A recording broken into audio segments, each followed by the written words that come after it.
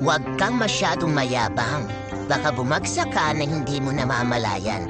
Sadyang may mga taong lubhang mayabang, napaka-arogante kung umasta, at napakataas ang tingin sa sarili nila. Akala nila bukod tangi silang pinagpala sa lahat. Masakit man salita na parang hawak niya ang buhay ng bawat isa. Porke asensado, nagyayabang na, hindi marunong lumingon sa kanyang kinanggalingan at nakalimutan ng magpakumbaba sa kapwa. Masyado na kasing mataas ang tingin sa sarili nila. Kapag pinagpala ka, iwasan mo ang pagiging mayabang. Lagi mo rin dapat alalahanin kung saan ka nagmula at nanggaling.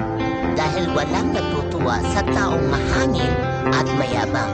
Kaya anuman ang ating kalagayan, tayo ay maging mapagkumbaba sa lahat. Tandaan mo, huwag kang masyadong mayabang sa panahong mayroon ka. Walang permanente sa mundo. Lahat pwedeng mawala